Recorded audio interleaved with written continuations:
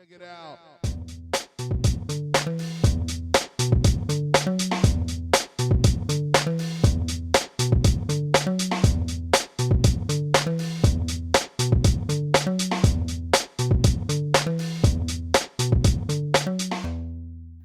Hello, listeners. I am so happy to be here today. As always, we have a very special guest. Deanna Mackey is one of the most decorated guests that we have had on this podcast.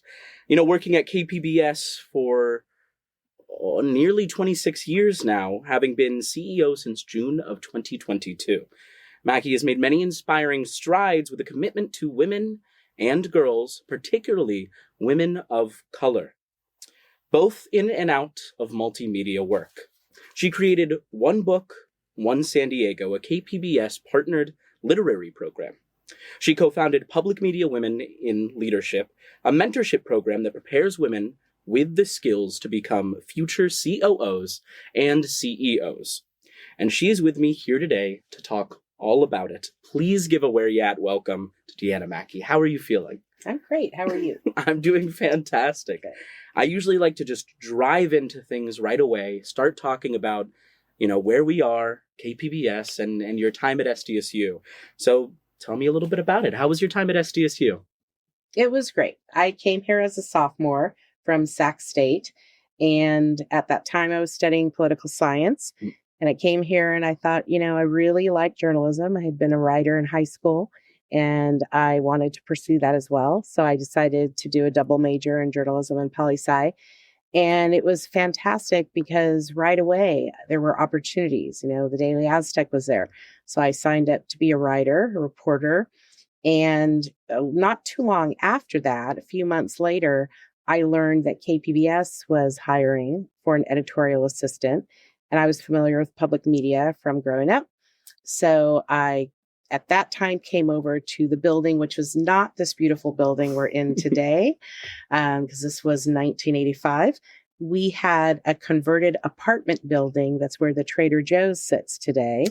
And I went to have my interview there, and I got the job, and I became an editorial assistant for On Air magazine at the time. That's too wonderful. Why did you choose SDSU? Well, I chose SDSU at the time primarily for love. I was following my boyfriend, and we had met in high school sweethearts, and we'd been apart for our freshman year, and we wanted to find a school that fit both our majors. And San Diego State did that. So I came here. That's wonderful. A very unlikely story, but a very lovely one considering where you are now. How did your time at SDSU set you up for your career afterwards? Yeah, I've told people this story often that I don't think I could have picked a better school as far as the combination of what I learned in the classroom, but also so many work opportunities and internship opportunities. Besides the Daily Aztec, where I worked for 4 years and was the editor my final year, I had the 2 years at KPBS. I did a couple of PR internships. I did freelance writing. So there were just so many opportunities to try different things. And then in the political science department, I was in one of the clubs where we went around the state and competed. I think it was like Model United Nations or something like that. So I had a whole group of friends from that community. And when I graduated, I was not worried about getting a job. I had learned literally to run a magazine from working at KPBS. I knew how to run a small newspaper because back in the day, the Daily Aztec was very different from what it is today. And what I mean by that is I was working there when newspapers were having their heyday. So it was a complete business. The whole newspaper was self-funded through advertising. And we had like 100 staff members, reporters, editors, graphics people. Back then you had to lay out the newspaper on boards and use X-Acto knives and cut out letters if something was spelled wrong and put in the right letter. And we would be in the back shop till midnight, sometimes putting the paper to bed and then getting it to the printer. And the advertising department was right across the hall. And they had like 25, 30 people. In fact, the guy that ran advertising when I was the editor, Matt Davey, is still involved in this community. And you were 21 years old running a small business, basically.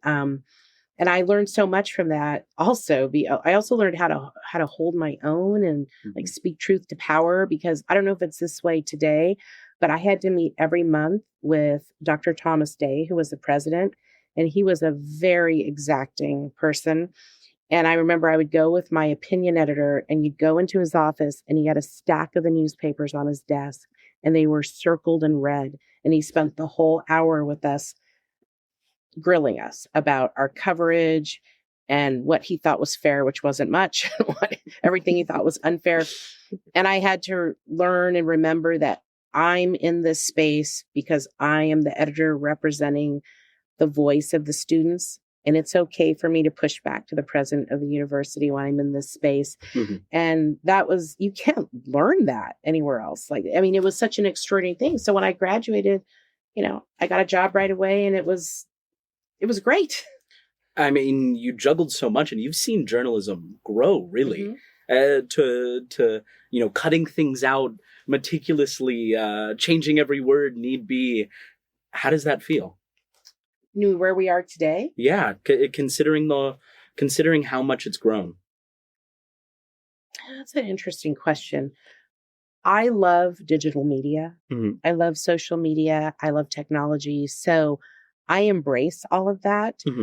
But I will say, I think there have been things lost in the sense of community in journalism circles. And what I mean by that is when you have to work together to make sure that publication gets finished, and not just the writing and the editing, but again, laying out the newspaper, getting it to a printer, making sure the art, all of that, which of course, when you have a digital product is similar, but it's so much faster when you have a digital product. So I don't think that sense of community that I feel like we had working at that newspaper together, I think it's harder to create that.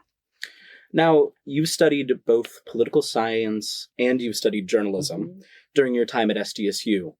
Where did the love for both come from? And why did things lean a little bit more to journalism? That's a great question too. So when I was in middle and high school, I studied French and Spanish. And by the time I graduated from high school, I spoke French fluently. Really? And yes, and I don't anymore. That's okay. And my parents, I told them what I wanted for my graduation. And we were a very modest family. And I'm, 17 and don't know any better. And I said, I want to go to France. And I was raised very Catholic and very strict family. My late mother was from Nicaragua. And my father, sorry about that. It's okay. I haven't talked about her in a bit. Understood. I'm sorry to hear that. My late father was Irish American. And so they were very, very strict and very religious. So I was invited, or I was told them I wanted to go to France. And they said, okay, well, we're going to have your old French teacher help us put this trip together.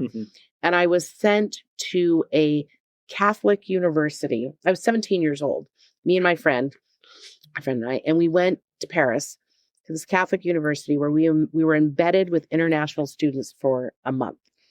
And it was amazing. And so I studied French there, became more fluent.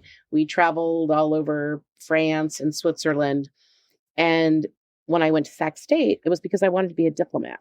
And my plan was I wanted to be the ambassador to France. And I knew to get there, I was probably going to have to work in some other smaller countries that spoke French language first. So that was the whole plan. But in high school, I had written for the high school newspaper, and I had written for the high school literary magazine. I was in a club with other aspiring creative writers, and I loved that. So when I went to San Diego State, I thought, I really want to do this writing thing too. So I added journalism, and I just fell into journalism quicker once I got to San Diego State. I also, when I got here, I was still studying French and Spanish, but in San Diego, French was not very supported language. So after about a year, I had gotten so high in my levels, I was getting really confused because they're similar languages. So I dropped the French and I just kept studying Spanish and leaning into journalism.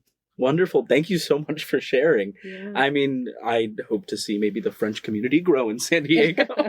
But it's funny about the diplomat thing. When I was the COO here under the previous CEO, this question came up about why I ended up in journalism and media. And he said, well, he goes, you basically did become a diplomat. You became the diplomat of KPBS. And he used to always call me that because a lot of my job was helping different departments, see each other's point of view. I was going to say that you have had some pretty inspiring big goals from the very beginning. Yeah, that's true. Why?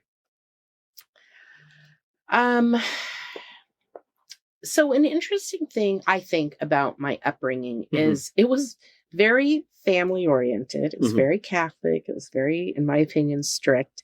However, and somewhat patriarchal, my parents never told us, they had two daughters. They never said, you have to do traditional things. They never said, that path isn't for you. So anything we were interested in, we were encouraged to try and to do. And I was a very good student and I loved to read. And when I got into high school and it was clear I was going to go to college and have these opportunities, my parents were like, sure, you should do that. You should try that. So I think that told me having aspirations was the right thing to do, that there was nothing that could stop me. I had to work hard. And my father was a very hard worker. So I think I watched his work ethic and my mother's just being so inspiring and thinking, well, you can do whatever you want to do as long as you work hard. Of course. Yeah. I mean, what a wonderful dynamic to be able to have people that support you in that way and show you that having big dreams is something you should do. Yeah, most definitely. So. I was lucky. And moving past your time at university, fresh out of SDSU, what did your career look like? So when I graduated, I got a job right away at a radio station called KSDO. It used to be the primary news radio station here in San Diego. This was long before KPBS had the footprint that it has today. And it was commercial radio. And my friend who worked with me at the Daily Aztec, she was a year or two older than I am. She vouched for me and gave me a reference. So I got a job as a news writer. I loved the job, but the hours were dreadful. So I worked 11 to 8, 3 days a week during the week. And then on the weekend, 11 in the morning. That wasn't bad. But on the weekend, I worked 3:30 in the morning to 11:30 in the morning. The night shift. Yeah. And it was so hard. I remember going to bed and crying because I couldn't fall asleep and knowing I had to get up in a few hours. And then the editor I worked with at the time on the weekend, the weekday was all the high level professionals and you were immersed in amazing learning and amazing experiences. And I still know some of those people that I worked with there. But oh my God, in the weekend, I would get to work and the editor was a very unorganized person. And it was when we had dot matrix printers and I would write the news and he would edit it. And then he would need to print it out and it would go, and it would print out one light at a time. And the anchors were just like in this room we're in. Yeah. On the other side of the glass, banging on the glass because they wanted the news brought to them. And he would rip out the paper and it would tear in half and he'd start screaming. And I'm a very low key person. And I'd be like, oh my God. And I'd be running for tape and finding tape and helping him tape it up. And then we would open the door and we would throw the paper at them and they would grab it. It was like a scene from Broadcast News. It's probably, you're too young to know what that movie is, but you should watch it. It's funny. Noted. And it was a zoo. So I did that for maybe a year and I just couldn't do it anymore. And I went to the leaders of the radio station and said, well, I want not a raise. I want a promotion. I want to be a producer so I can just work during the day. And they said, oh, no, we don't do that for people unless you've been here 2 years. And I said, well, I'm leaving. So I left. Boom. Understood. Yeah. And did that take you to a better place, hopefully? Yeah, another really interesting experience. I went to a startup magazine. So there is a company, I don't know if they're still active here in town, called the Bridal Bazaar, where they put on big trade shows for people getting married, you know, like one-stop shopping, where you go find out about your flowers and your cake and your venue and your musician. They wanted to start a magazine that would come out quarterly here in San Diego that told people about all the different types of experiences you could have, from engagement to bachelor and bachelorette parties to your wedding. And they wanted to produce the magazine here, Arizona, in Inland Empire. Okay. So I was hired as the editor. And it was so much fun. I got to hire everybody, the art director, you know, the advertising people were taken care of, but I did all the editorial stuff. And so I managed this magazine and wrote and edited and planned and organized and all that. And then because they had these bridal fairs, I would then do public relations for the brand. So leading into each bridal fair, I would go on like the morning news and talk about trends in weddings and trends in, you know, marital things. And it was a lot of fun. I did it for 2 years. And during that time, I got engaged to the man I followed to San Diego. And this is where the story gets not so great. Oh, no. So we got married, and the whole team from the magazine came to the wedding. It was in San Francisco, which is where I was born and grew up in that area. And we had this great honeymoon, and we come home and I go to work and the doors are locked.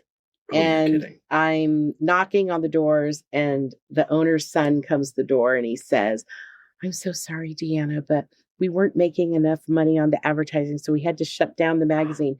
So they let go of my whole team. And I'm like, what do you mean? I don't have a job and we just spent all this money on the honeymoon. It's like, no, you don't. I said, well, here's the thing. I said, you can't let me go this quickly because I've signed contracts on your behalf for the printing and for the distribution. And those contracts need a 30-day, you know, notice. So you need to hire me back for like 6 weeks so I can close out the organization. So he did. Good. And I closed it out. And then I spent a couple of years doing freelance writing, freelance editing, which I really enjoyed, and things like that, until late in, I think it was 1990, 1991, KPBS called and said, we'd like you to apply for a job. Amazing. What was that position? That position was to be the managing editor of the magazine at KPBS that I had worked for a few years before as a student assistant. So, and it was a part-time job. So I took the job, I applied, they chose me, and I did that part-time for 2 years while continuing to do freelance writing, which I really enjoyed. And then at that point, the person who was the general manager saw something in me that I didn't see in myself, and that was leadership capacity. And even though I'd been the editor of the Daily Aztec, you know, when you have that job, it's a wonderful experience, but you think, well, that's just a fluke in your college career. I never saw myself as, after that, then running another media organization. I just wanted to write and edit. So, which is what I was doing, and I was loving it. And he said, I want you to take this other job, do it for 2 years, because then I want to make you a manager. I'm like, I don't want to be a manager. I don't want to manage people. I don't want to do that. And I kept saying no to him. And one day he came in and he said, we're going to get rid of your job, so there won't be a job. So you either apply for this other job or you won't work here anymore. So I was really upset because I loved working here, but I didn't want the other job. Did it anyway. I took the job. I did not like it. So I did a job I did not like for 2 years. It was very rough. But at the end of 2 years, I was promoted to become a director. And I was very young still. I was maybe 26 then. Wow, congrats. And in the meantime, all the things that he had told me, the reason he wanted me to apply for the lower level job to get me ready for the higher level job, I started to see he was right. Like I didn't manage people at that point, but I influenced people, and I would see ways to help people do their jobs a little better or easier. And I was giving that guidance. And to me, that was just a natural thing to do. But he was seeing the beginnings of somebody who could lead a much larger, experience. And so, yeah. What would you say is the difference between maybe the leadership roles that you've had, maybe at the Bridal Magazine and Daily Aztec, and what then you were doing for KPBS at the time, and what is different about management to influencing?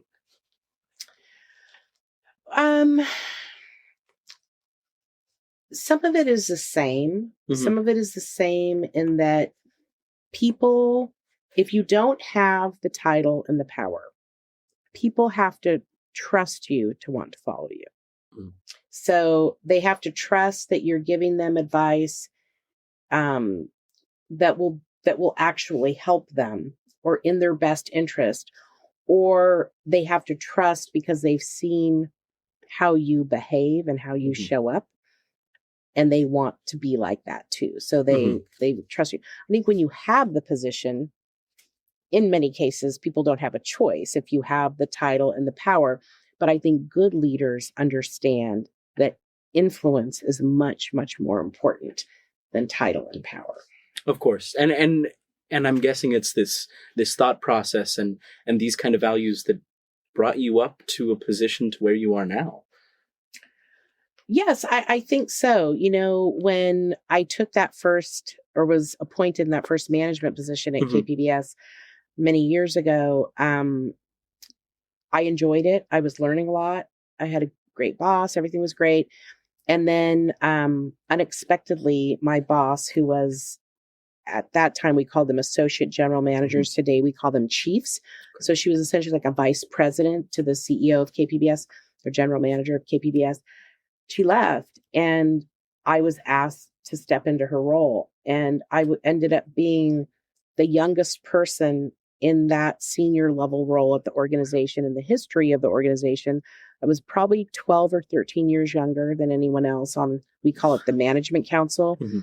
I had only had one of my 3 children, so I was still having children, and I was only one of 2 women. It was very, very challenging. I had a lot to learn about how a dynamic like that works and how to fit into it. And the people that were on the management council with me, I knew them, but I knew them as higher level bosses. I didn't know them. Now I was their peer. So I think having these senior management experiences so young helped me a lot for where I am today, because by the time I got into even, other levels of leadership, I'd already had a lot of the experiences along the way. And it's today, like I said, when I worked here in the 80s as an editorial assistant, I never anticipated having this job. But by the time the opportunity came, when the university had hired a search firm and they called me in 2021 and said, "We'd like you to apply," I was ready. And I understood, what the expectation was, because at that point, I had been in management roles 35 years, something, a long time. I mean, how does it feel getting into all these positions so young? You're saying that it's something that helped you. Yeah, it was really hard. I mean, it was really hard because in the very beginning, I wasn't given any training. I didn't really know what I was doing except what was instinctual. And some of the people who were other leaders around me, I didn't want to lead like them. I knew that was not how I wanted to lead. I had some interesting interactions with people that weren't great, because I felt taken advantage of, but I wasn't going to allow that to happen. So I had to draw the line with people, and that was very difficult. And I was also, I was a woman, I was Latina. I'm not a very big person, so I don't show up, with a lot of physical presence. I was young, I was very young. And so I wasn't taken seriously a lot of times. And I had to learn how to hold my own. I learned a lot of things in meetings, like trying to speak up and not getting a chance to talk. So I learned this trick, and I've taught so many women this, where I would wait until the end of the conversation. And then usually the leader or the facilitator would say, well, does anyone else have anything to say before we go on to the next topic? And I would always raise my hand then and say, yeah, I have a few things. And I did that enough times where people started to go, oh, she does have good ideas. She does have things we should pay attention to. So it took a while, but eventually, I was able to, in my own way, get the attention that I felt I deserved with the experience I had. But I was refusing to do it as a bully, or I was refusing to do it as a bombastic person, because that's not how I show up. And I just wasn't going to be that person. I mean, having started having started so young, you understood, number one, what you like in a leadership role, and number two, what you don't like in a leadership role. I completely understand that. How would you describe what you do now as a CEO? It's completely different than anything else I've ever done. And what's interesting is 10 years ago, in my second round working at KPBS, I was the COO to the general manager. And I worked really closely with him. I went on lots of donor calls with him. I thought I really understood what this job was. But when I got this job and I'd had it for about 6 months, I realized, wow, it's so different than I expected. And that is mostly because there's aspects of the job. I don't know how else to say this. People who love, and there are many who love KPBS, see my role through a lens of celebrity. I do not, and I don't. I'm very uncomfortable. I was, especially at the beginning, uncomfortable with that. And I had to learn that it's not me personally. I embody a position that represents a place to them that they love so much, that when I'm with them in community, they're like giddy and they're excited because they want to talk to me about all the things we do, all the people that work here. What does so-and-so look like who's on the radio? All those things. Have I met so-and-so? What's happening with this? Their favorite programs. And that is such, to me, this blessed place to be in, to work for a media organization that people love so much that they are excited when you're at their table. They're excited when you walk into a room. I go to events and I always introduce myself to people, and they always say, I know who you are. And I say, well, but I don't know who you are. And I want to tell you who I am, and you tell me who you are. And I have to keep doing that because I think it's important that they understand I don't take for granted that part of the role. And it's just something that I'm carrying for them. I'm carrying and protecting the space that they care so much about until I give it to the next person. But that was one thing that was really different. And then the other is the hours. I knew it was an intense job, but I work 50 to 60 hours a week. It is very, very intense. And especially now, since we've lost our federal funding, I am meeting with donors, going to events, doing public speaking to the staff. It is nonstop. But it's for a service and a purpose that I care deeply about. And I would not have worked here 3 times if I didn't think this place was a place of value. So, of course, you're not just a figurehead and you're not just a leader, but you're a really hard worker too. What does your work look like on a day-to-day basis? What can we expect from the CEO of KPBS? Yeah, every day is different. I spend about 70% of my time in some form of what I call development. So that's fundraising and engagement with community. So that could be calls to donors or sponsors, events, public speaking, lunches, meetings. And then the other percentage I spend with team members. So I have a lot of meetings with my executive team, and one level below them is directors. There's a set group of directors whose positions are such that I feel I need to have, one-to-one connection with them on a regular basis. So I meet with them monthly. We have certain, departmental meetings. We do a lot with our leadership team, who's one level below the executive team. We meet with them twice a month, and we do trainings with them. So a lot of leadership management trainings. We do an all staff meeting every month. We do something called GM chat once a month, which is an informal, anybody can show up. They can ask me anything. So I try to be very accessible to staff too. I think that's very important. And we're very, very transparent about what we're doing, how we're running the place.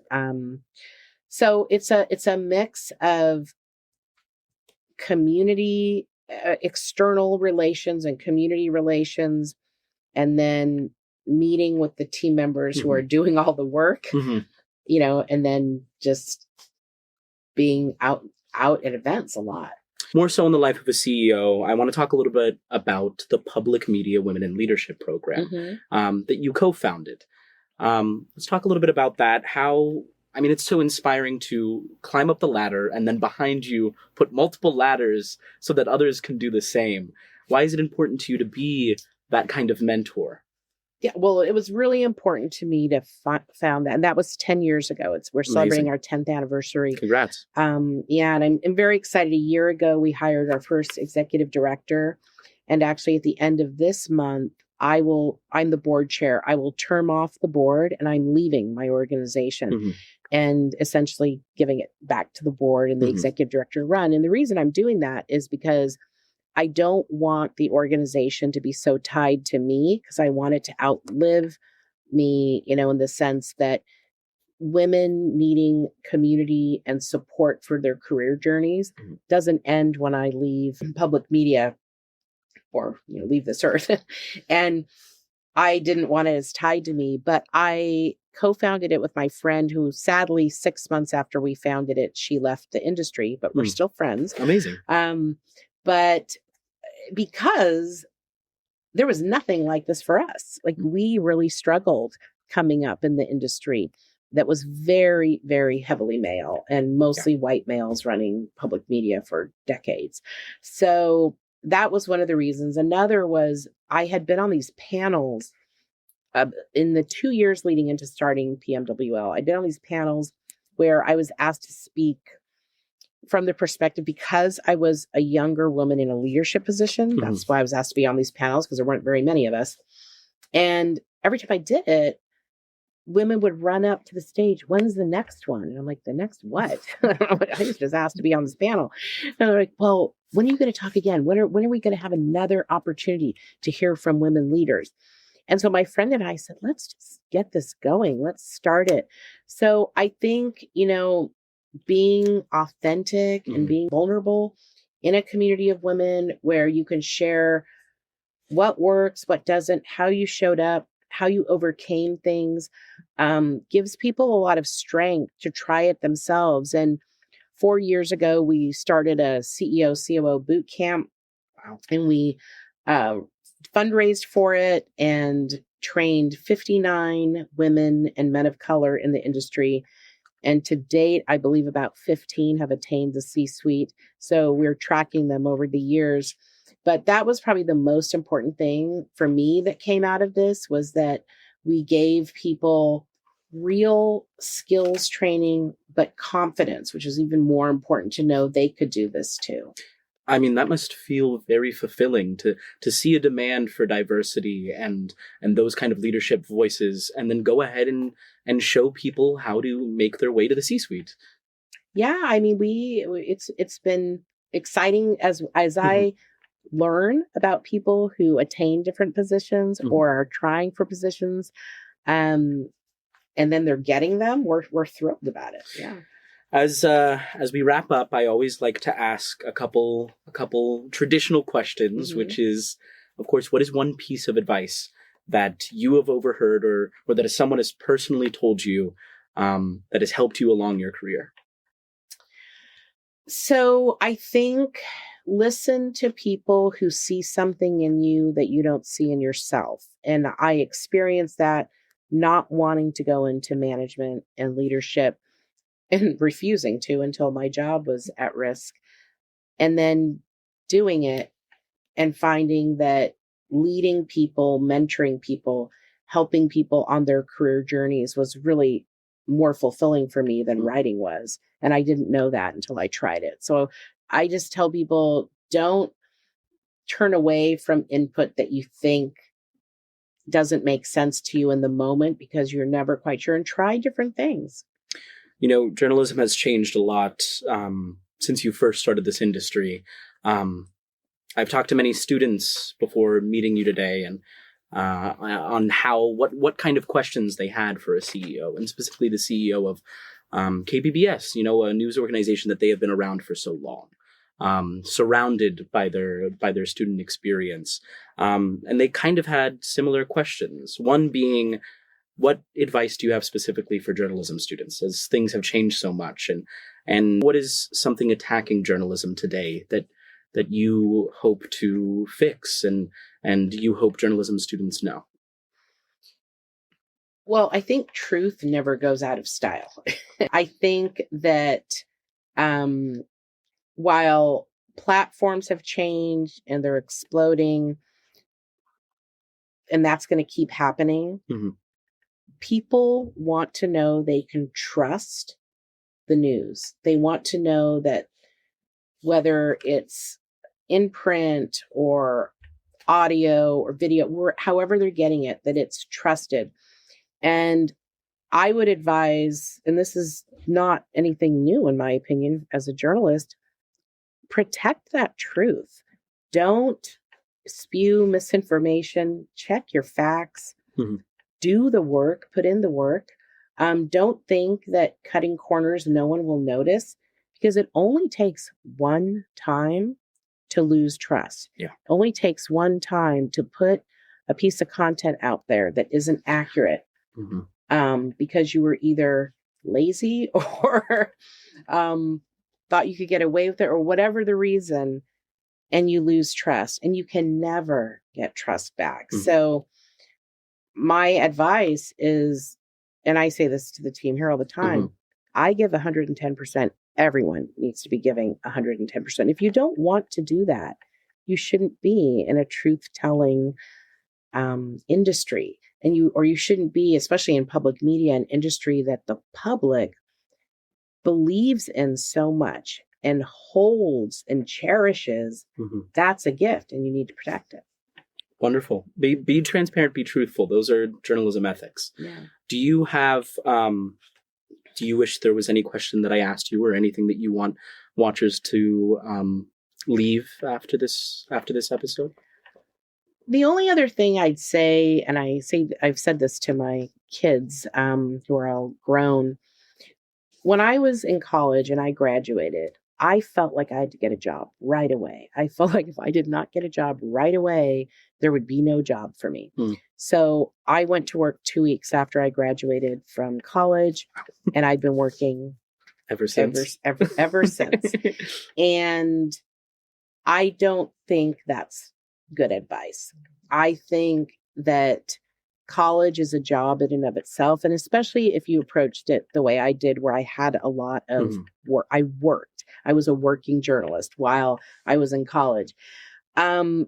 People need a break, and there aren't very many phases in your life before retirement that you can take a break. And one of them is between high school and college, and another is between college and work life. And so once you get to work, you do need to give 110%.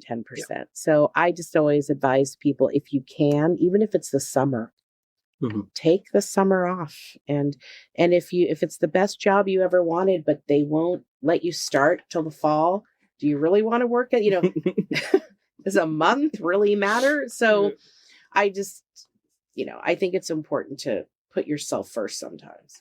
Understood. Now, last question is there anyone that you know that has been part of the SDSU JMS program that you think I should talk to that would be a good fit for this podcast? Yeah, well, the person I was thinking of, and I believe he's in Vegas now as a sports either editor or writer, is Ed Graney. Okay. I don't know if you've talked to Ed, but yeah, he's a good guy. Wonderful. Well, Deanna, thank you so much for being on this podcast, for chatting with me today, and from becoming a CEO, and moving the next generation of the next C-suite CEOs.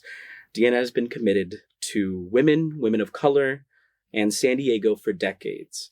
And it's time to say goodbye to your favorite leader's favorite leader. Thank you again, Deanna. Thank you. Appreciate it. Thanks for listening to the Where Ya At podcast. This is Devin Watley from the class of 2021. Thanks to Martine Marine for creating the music you're hearing right now, and Alex Piscatelli for her work on the podcast name and artwork on social media. And a reminder to SDSU alums, we really want to know where you're at. Tell us about your career. Get involved in the school. There's many ways you can do this, from donating your time or money, mentoring students, to even speaking in classrooms in person or on Zoom. Your work can help us grow the program and create more opportunities for our students to succeed. Again, thanks for listening. Subscribe to this podcast. Tell your friends. Recommend us a future guest. And go Aztecs.